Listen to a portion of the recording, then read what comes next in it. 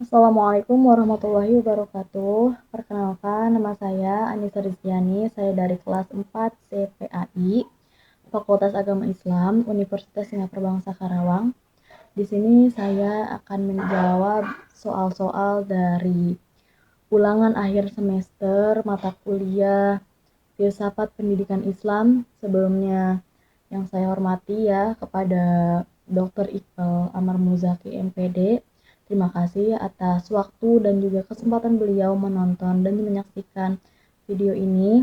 Mohon maaf sebelumnya bila dari jawaban saya ini memerlukan banyak koreksi dan juga pemahaman yang lebih dalam. Baik semuanya, terima kasih. Enjoy your watching. Jadi untuk nomor pertama yaitu ada demokratisasi pendidikan dalam pembelajaran PAI. Jadi pendidikan itu menekan adanya keadilan, kesetaraan, dan juga kebebasan berpendapat dan kesempatan belajar bagi semua peserta didik dalam pembelajaran PAI tersebut.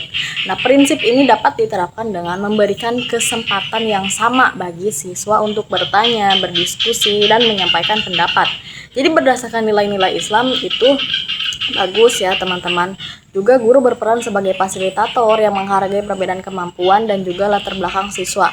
Tantangan penerapan saat ini adalah masih adanya pembelajaran yang berpusat pada guru, juga perbedaan akses teknologi setiap sekolahnya, serta rendahnya partisipasi sebagian siswa dalam proses pembelajaran.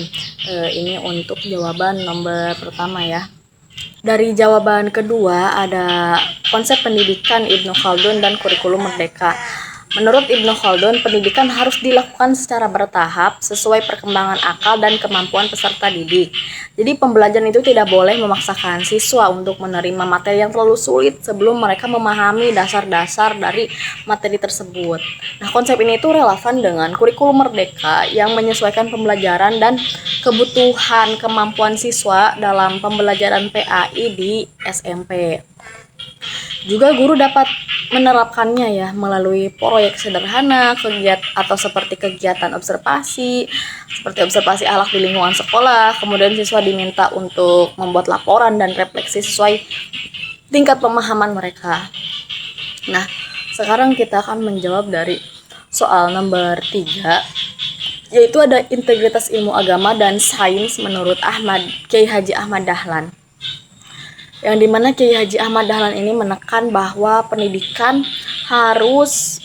Islam ya harus mengintegrasikan ilmu agama dalam ilmu pengetahuannya, baik pada modern sekarang ini. Menurut beliau, keduanya itu saling melengkapi dalam bentuk manusia yang beriman dan berilmu. Jadi pandangan relevan ini untuk mengatasi dekadensi moral pelajar, karena pendidikan tidak hanya mengembangkan kecerdasan intelektual, tetapi juga kan kita ada karakter dan juga spiritual. Contoh pada materi menjaga lingkungan, jadi siswa mempelajari ayat Al-Quran tentang kebersihan sekaligus tentang penghijauan ya yang ada di sekolah tersebut.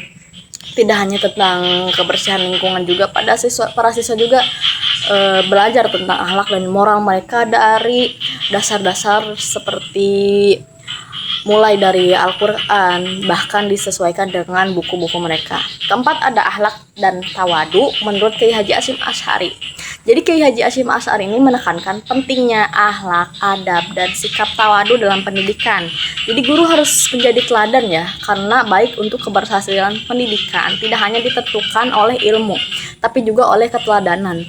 Dalam pembelajaran PAI, nilai ini dapat diterapkan ya melalui pembiasaan yang sopan santun, menghormati guru, dan membangun hubungan yang baik antara guru dan siswanya. Jadi nilai tawadu ini juga dapat membantu mengatasi krisis keteladanan guru dengan menemukan sikap rendah hati dan tanggung jawab moral dari semua siswa yang ada dalam sekolah tersebut. Nah, juga ada soal nomor 5. Di sini ada pemikiran Ahmad Hasan ya, atau Persis dalam pendidikan Islam. Di sini Ahmad Hasan menekan pentingnya pendidikan Islam yang berlandaskan Al-Quran dan hadis secara murni. Tujuannya apa? Adalah untuk menghindari praktik keagamaan yang tidak memiliki dasar yang kuat Juga menurut saya ya, pemikiran Ahmad Hasan ini terlalu lebih bersifat ya reformasi karena berusaha memperbaiki pemahaman umat dengan kembali kepada sumber utama Islam. Nah, namun di sini dalam praktiknya dapat unsur konservatif ya, tapi sangat menekan kemurnian ajaran dan kehati-hatian tersebut terhadap tradisi yang tidak memiliki dalil yang jelas. Nah, sekarang ada dari soal nomor 6 ya, hubungan ontologi, epistemologi, dan aksiologi dalam pendidikan Islam. Yang dimana ontologi ini membahas hakikat manusia dan pendidikan.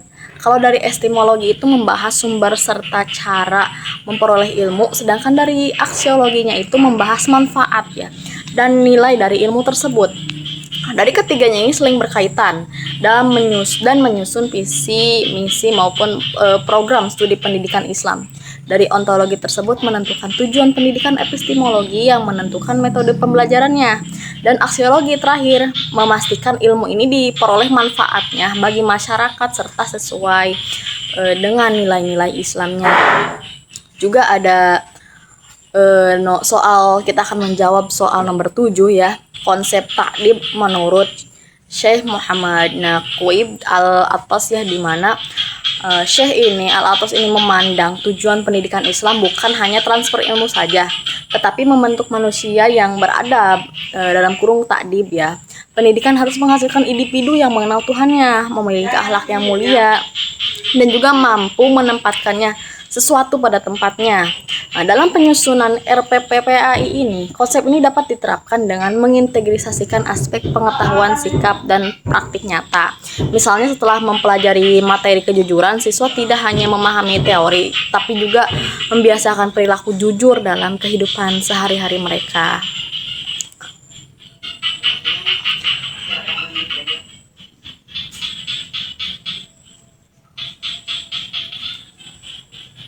Untuk soal nomor 8 ya, ini ada islamisasi pengetahuan menurut Ismail Ar-Raji Al-Faruq.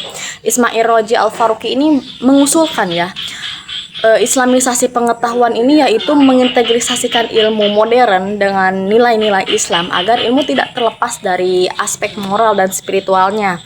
Nah, contoh model pembelajaran interdisipliner antara PAI dan juga sosiologi adalah proyek tentang masalah pergaulan remaja.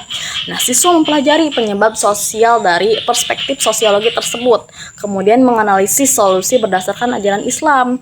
Nah, dengan cara ini siswa mampu memahami masalah secara ilmiah ya, dalam sekaligus dari suatu permasalahan tersebut. Nah, terima kasih atas waktu yang telah disempatkan untuk melihat video ini. Semoga saya dapat membantu teman-teman semua dan juga saya juga dapat ilmu yang bermanfaat dari suatu tugas ini.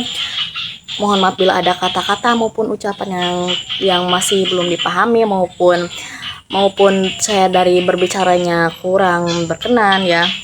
Terima kasih untuk tugas UAS tersebut. Wabillahi taufiq wal hidayah. Wassalamualaikum warahmatullahi wabarakatuh.